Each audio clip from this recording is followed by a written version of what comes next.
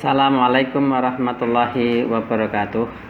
Hamdan wa syukran lillah, amma ba'du. Tayyib ayatul labah. Pada pagi hari ini kita kembali akan belajar tema 2, masih pada tematik.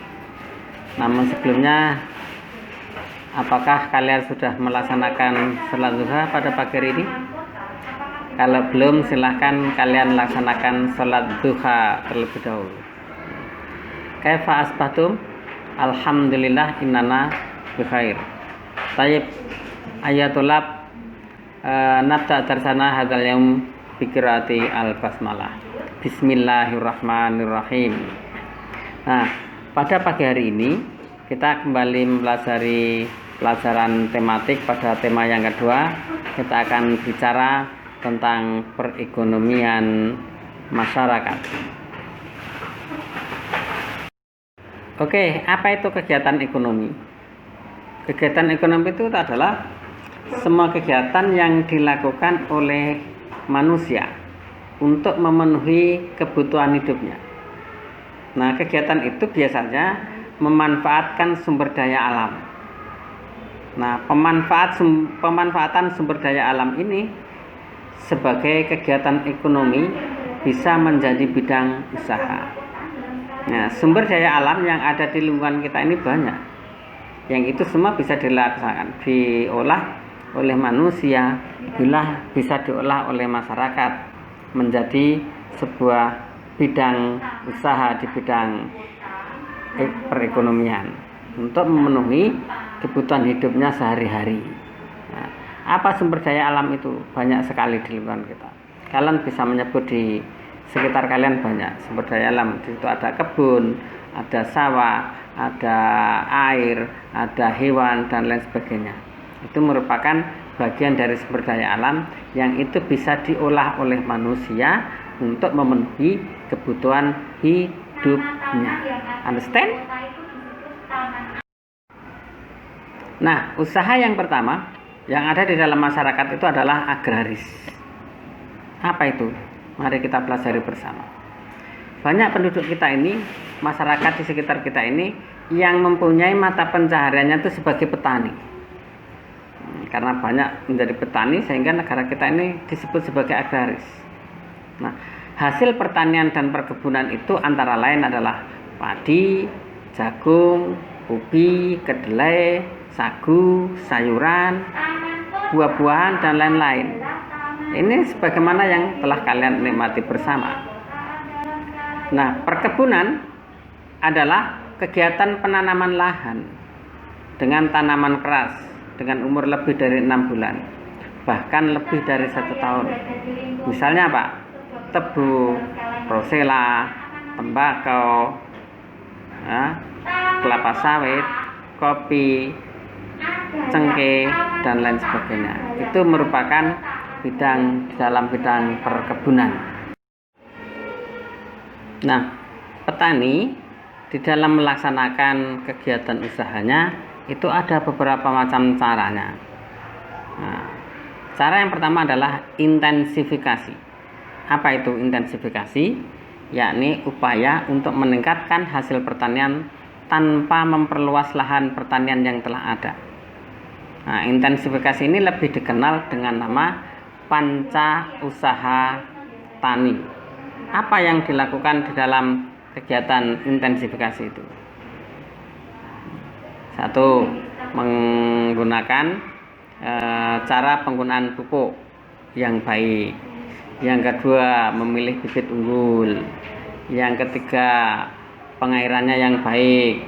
Yang keempat, pemeliharaan tanaman yang baik. Dan yang kelima, merupakan ada sebuah penyuluhan bagi para petani itu sehingga bisa melaksanakan kegiatan pertanian itu dengan sebaik-baiknya. Inilah yang 5 hal ini yang kemudian disebut dengan panca usaha tani. Panca itu 5. Usaha tani ya usaha tani.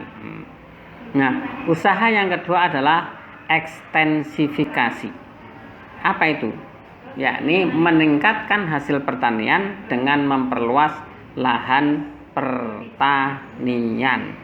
Jadi lahannya ditambah Kalau yang semulanya 1 hektar ditambah menjadi 1 hektar lagi misalnya, sehingga menjadi 2 hektar. Nah, ini ekstensifikasi namanya, diperluas lahan pertaniannya. Yang ketiga adalah cara diversifikasi. Apa itu?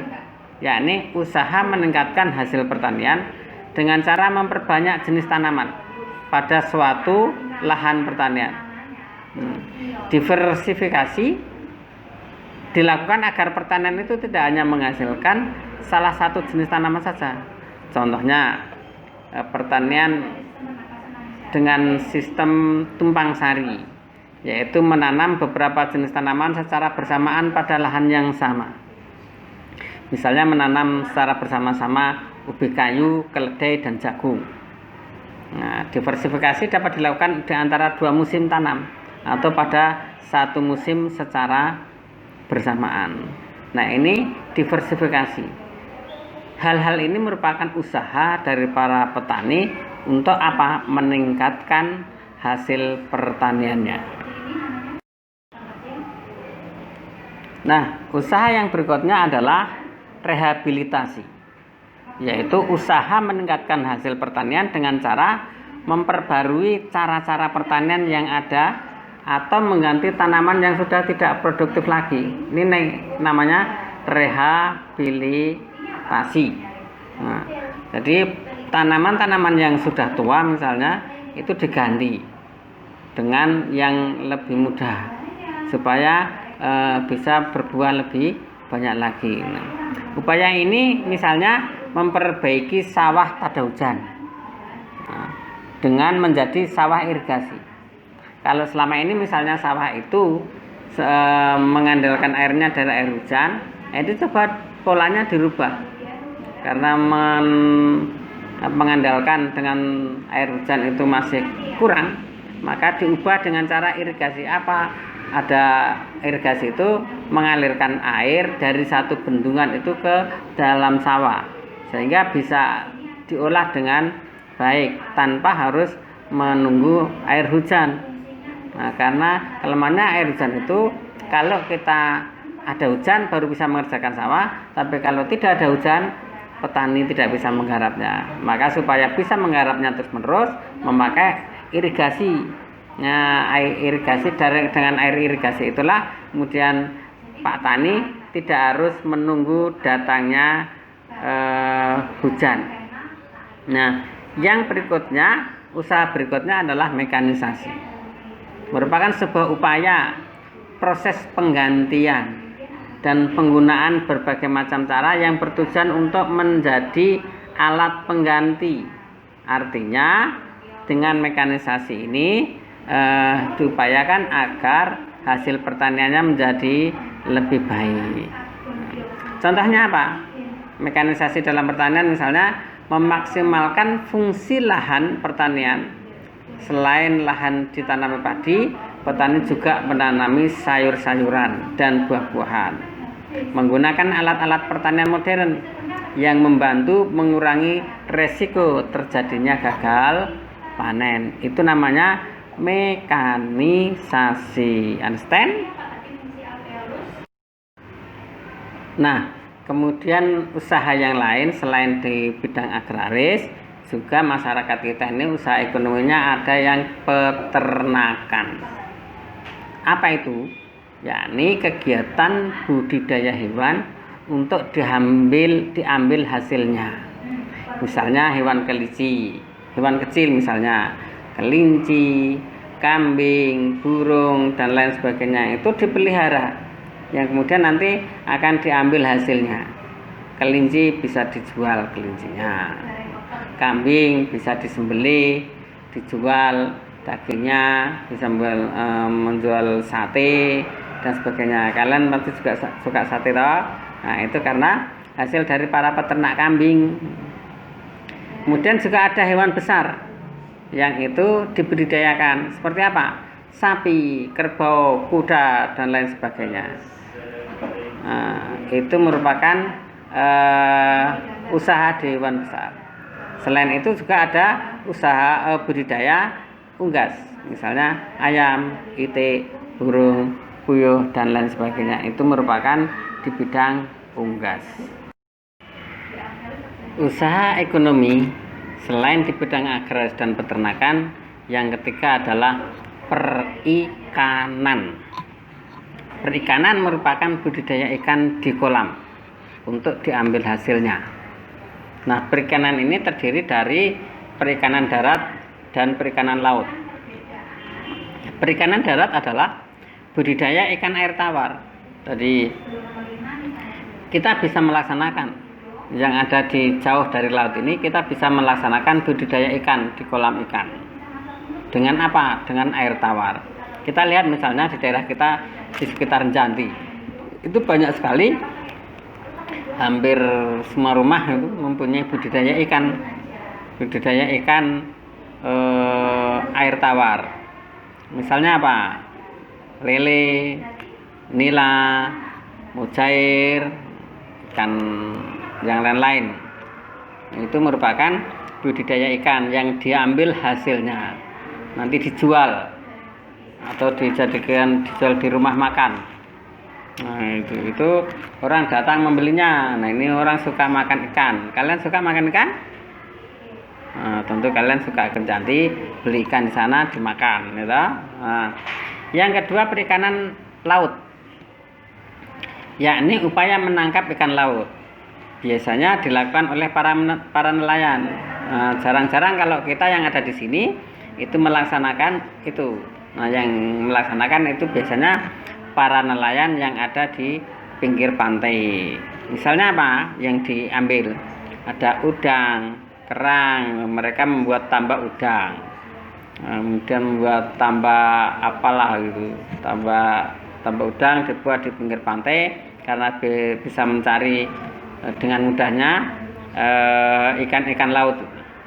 Ya, kemudian hasilnya dijual ke daratan, dijual ke kita yang beli.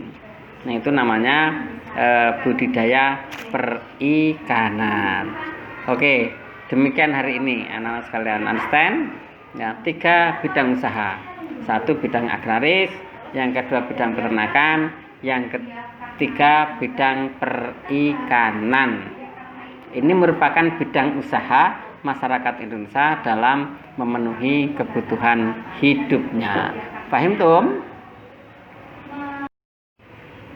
Nah, yang terakhir pada sesi kali ini anak-anak sekalian, kalian tadi sudah belajar tentang usaha perekonomian di bidang agraris, peternakan, dan perikanan. Nanti yang lain akan kita lanjutkan pada kesempatan yang lain. Nah, ini maka tugas kalian kali ini adalah menuliskan daftar warga di sekitarmu, di sekitar rumahmu yang berusaha di bidang agraris, peternakan, dan perikanan. Masing-masing minimal 2 orang saja. Nah, kemudian kalian tulis di buku tulis kalian. Kalau tidak ada bagaimana? Kalau tidak ada ya tidak usah ditulis.